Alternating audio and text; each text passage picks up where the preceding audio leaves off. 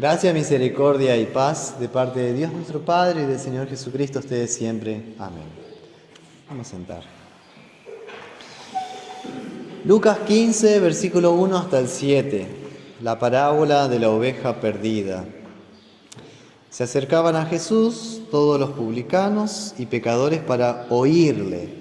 Y los fariseos y los escribas murmuraban diciendo: Este a los pecadores recibe y con ellos come.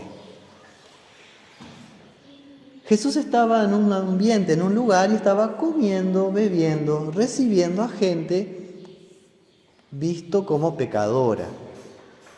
Pero yo digo, ¿los fariseos no eran pecadores? ¿Por qué ellos dicen, este con pecadores come?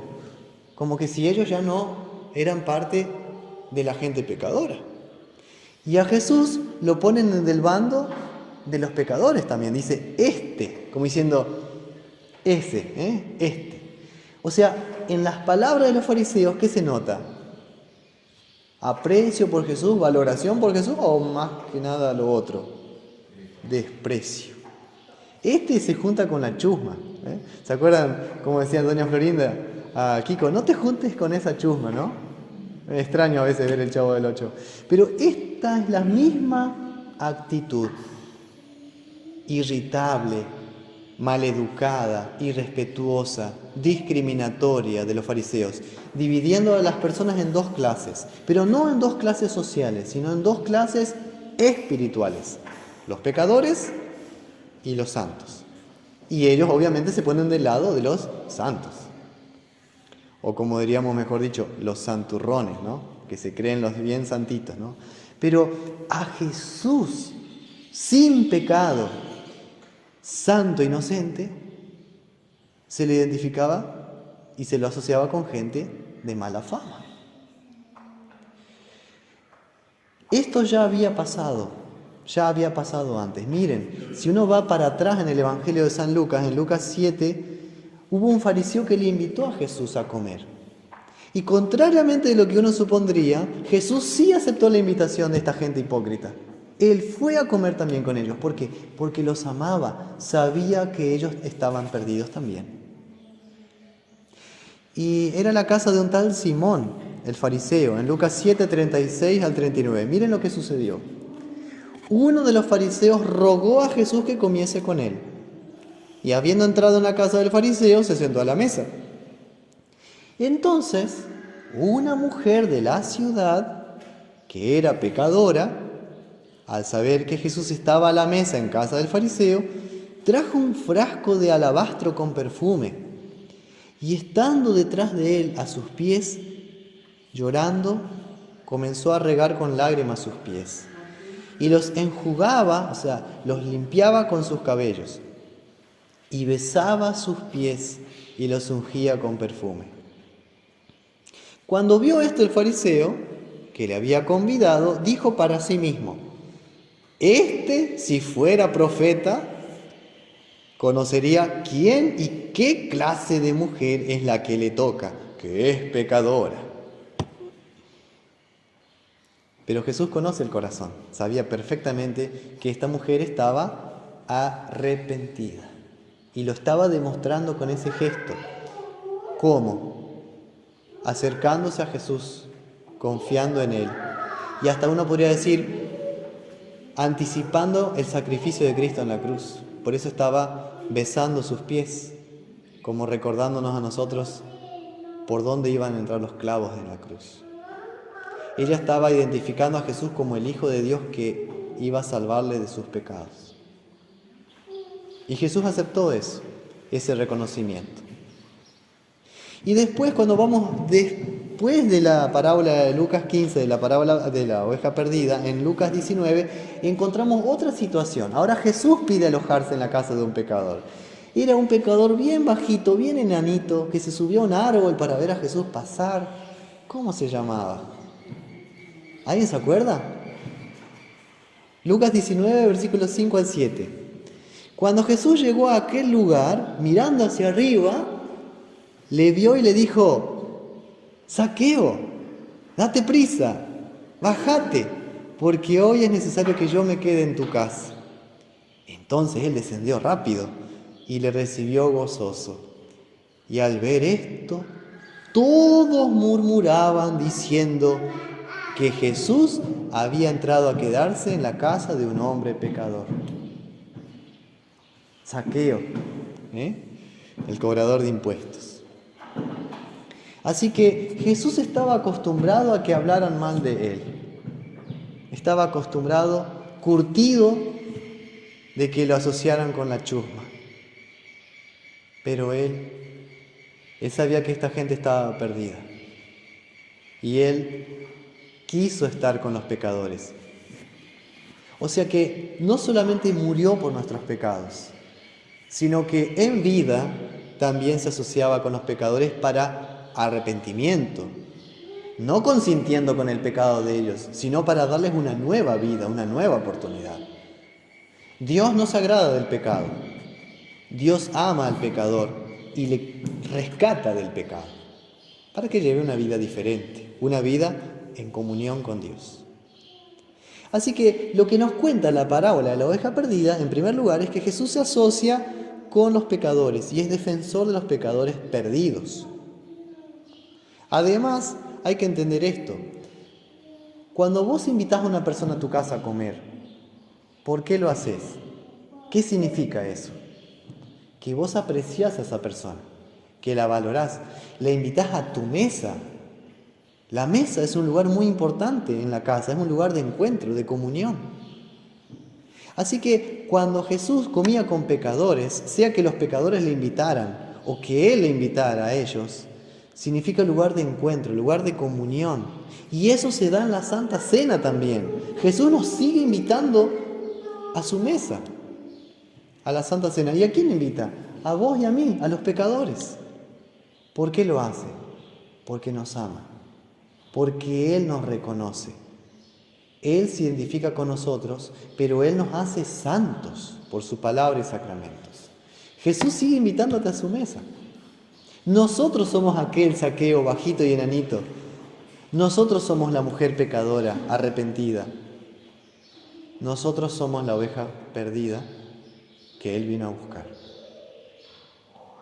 Ahora bien, hay una palabra de ley también en la parábola. Porque ¿de qué lado estás, hermano? ¿Estás del lado del fariseo, acusador, condenador, creyéndote más santo que los demás? ¿O te identificás con la oveja perdida que Cristo por amor carga en sus brazos y la trae gozoso a casa? ¿Cómo nos vemos a nosotros mismos delante de Jesús? Esa es la cuestión. Aquel que cree que no está perdido, está perdido. Y aquel que se considera pecador, perdido y condenado, y clama por esperanza y por salvación, aquel en verdad es encontrado por Jesús y salvado. Miren cómo son las cosas delante de Dios. Así que esa es la cuestión. ¿Cómo nos vemos a nosotros mismos delante de Jesús? Y ahí Jesús sigue hablando su parábola de la oveja perdida. Pero para entenderla, primero les voy a contar algo sobre la vida del pastor en aquella época, el pastor de ovejas, y algo sobre las ovejas de aquella época también. Si ustedes tienen ovejas, entiendan mucho mejor todavía de lo que les voy a hablar.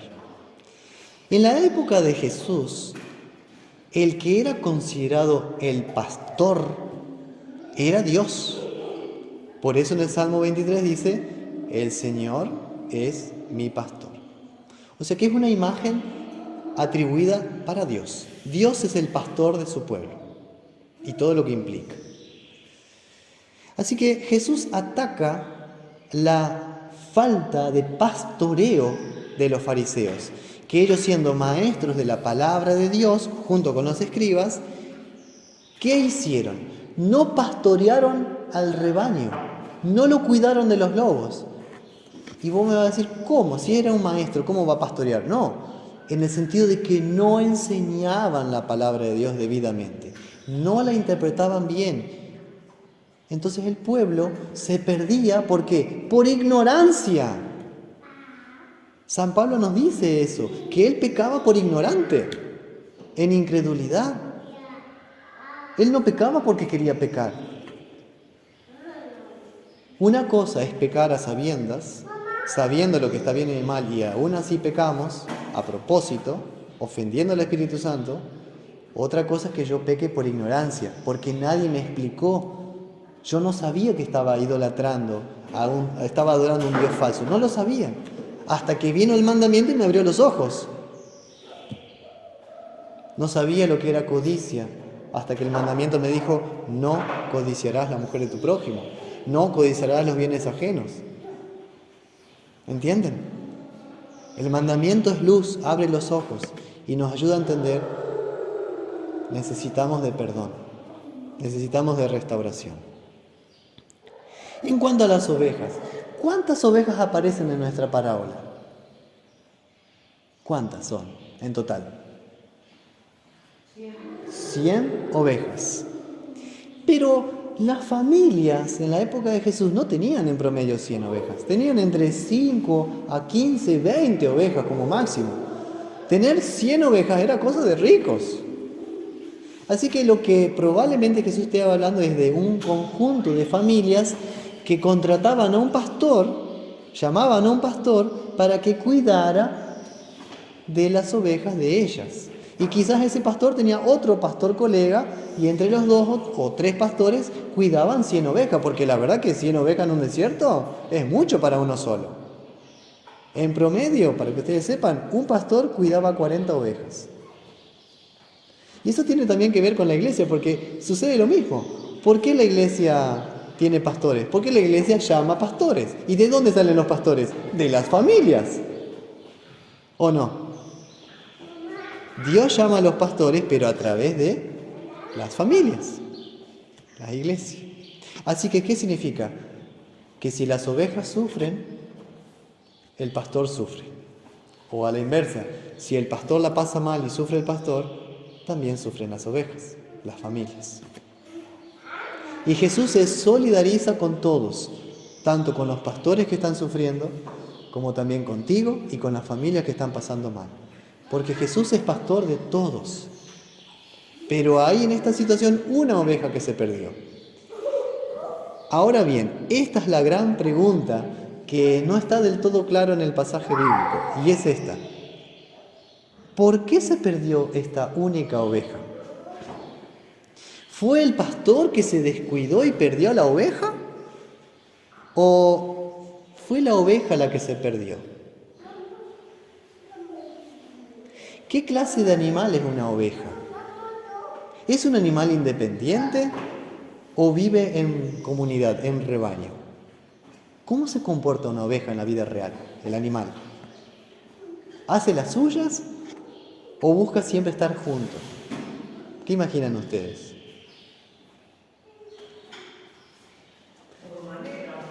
La oveja es un animal gregario, siempre están juntos, en rebaño. No es común que una oveja vaya sola por ahí. Eso no es normal. Así que la pregunta es, ¿qué hizo esa oveja para que quede sola? ¿Será que encontró pastos y entonces se fue a donde estaban los pastos y se descuidó y de repente estaba sola?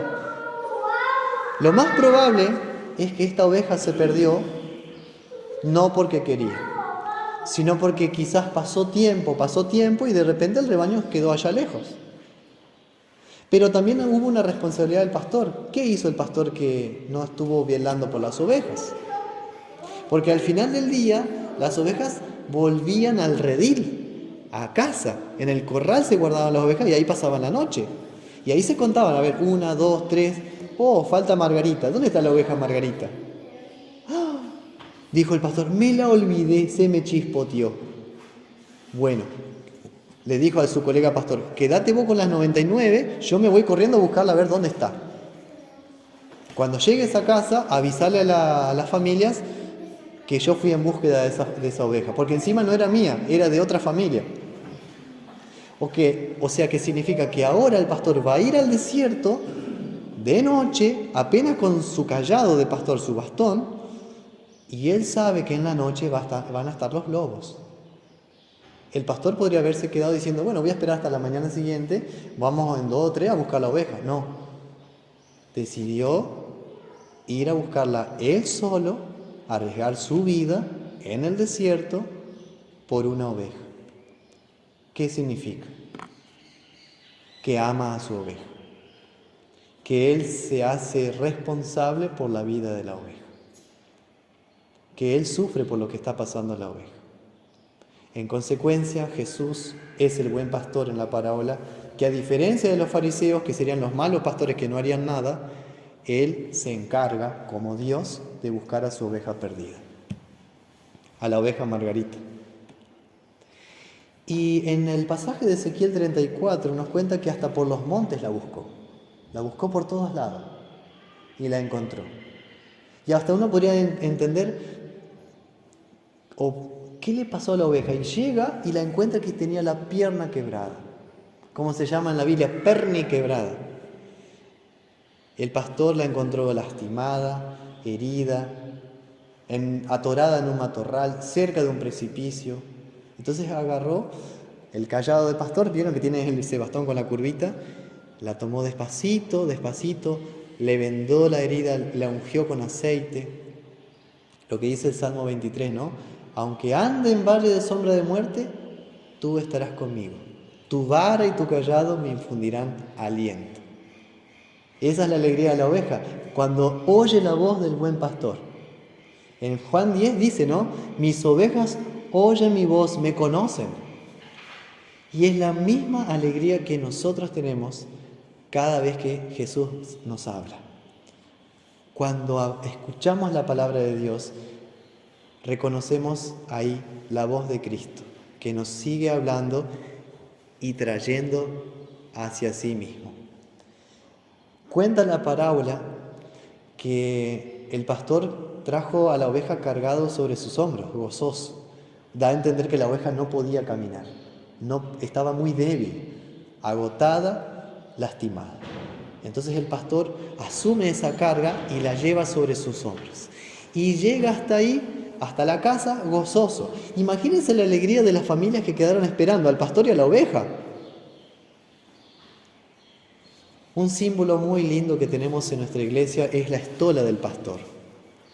El pastor se pone la estola, que es esta vestimenta de colores que va cambiando según el tiempo litúrgico, en este día es verde, representa a la oveja que el pastor Jesús carga sobre sus hombros. Y por esa razón la estola es colocada en el día de la ordenación e instalación de un pastor, porque la iglesia está diciendo, ese es nuestro pastor que Jesús nos dio para que nos predique Jesús a través de él, para que nos enseñe la palabra de Dios y reconocemos que Él fue llamado por Dios a través de nosotros. Miren qué lindo gesto. Pero yo también tengo que reconocer como pastor que no soy perfecto, que soy débil y que tengo limitaciones. Y que me puede pasar como la parábola, que por un descuido, cuando empieza a contar las ovejitas, no está la oveja Margarita. Y también el Señor me anima, y a cada uno, a ir a buscar la oveja perdida. Como cristianos individuales también. Dice en Mateo 18, si tu hermano peca contra ti, ve y háblale estando tú y él solos. Y si tu hermano te escucha, has ganado a tu hermano. La restauración del hermano, para que no se pierda. Pero también uno piensa en estos días los miembros alejados.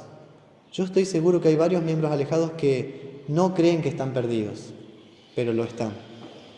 Miembros alejados que en verdad reconocen que están alejados, pero tienen miedo o vergüenza y no saben qué hacer o cómo volver. O miembros alejados que realmente anhelan la voz del buen pastor Jesús, pero están siendo engañados por otras voces, otras ideologías, otras doctrinas. Entonces están confundidos. Sea el caso que sea, la parábola de Cristo nos enseña a mirar con amor y misericordia a todas las ovejas del rebaño de Cristo. A no tener la actitud de los fariseos de orgullo, de jactancia, de decir, nosotros somos los salvados y ellos son los perdidos. No vaya a ser que por creerte salvado estés perdido. O sea, perdido en tu orgullo, en tu vanidad carnal. Porque ¿a quién Cristo habló esta parábola? A los fariseos, a los que se creían santos. Así que es una exhortación para todos. Todos necesitamos reconocernos pecadores, necesitados de Cristo. Y Cristo con alegría tiene su misión de salvarnos. Para ir terminando, en Isaías 53, versículo 6, dice lo siguiente: todos nosotros nos descarriamos como ovejas, cada cual se apartó por su camino, mas Jehová cargó en él el pecado de todos nosotros. Cada cual se apartó por su camino, todos nos descarriamos, todos, las 100 ovejas. Pero Cristo, el pastor, cargó el pecado de todos nosotros. El sacrificio de Cristo logra la salvación de todos. La muerte de Cristo en la cruz quita la culpa y paga todos nuestros pecados. Así que el arrepentimiento verdadero consiste en reconocer que estamos perdidos, que no podemos hacer nada para volver a casa. La oveja no puede hacer nada para salvarse. En la parábola es el pastor quien encuentra a la oveja. Por eso a la vez el arrepentimiento verdadero implica creer que Cristo es el único que obtiene la salvación por nosotros. En la parábola, ser encontrado por el pastor significa ser salvado por Jesús. Confiar en su mérito, en su perdón que nos limpia de pecado, en su amor que nos recibe para comer y beber de Él en el sacramento del altar. La comunión con Él para siempre. Este es el arrepentimiento del cual habla la parábola. La parábola habla de la extraordinaria gracia de Dios, tanto que deja 99 para rescatar una. Y a través de la parábola, Jesús se opone a las actitudes farisaicas de indiferencia hacia el prójimo o de dividir a las personas entre clases o categorías. Para Jesús, todas las personas están perdidas en su pecado. Por eso todas precisan arrepentirse y por eso Cristo da la vida por todas las ovejas. Y la naturaleza de la iglesia, el ser iglesia, es justamente ser una iglesia para todas las personas, de toda condición e índole. La iglesia no es una especie de club exclusivo para algunas personas. La iglesia tiene un carácter universal, católico, en el sentido de que su mensaje, el Evangelio del Reino, es para todas las naciones. La alegría de Jesús es salvar personas, perdonarlas y darles la vida eterna. Es la misma alegría que tiene la iglesia cuando las personas se acercan, oyen el mensaje de Cristo y confían en Él de todo corazón. Que la gracia del Señor Jesús, el amor de Dios y la comunión del Espíritu Santo sea con nosotros y con ustedes siempre, para la vida eterna.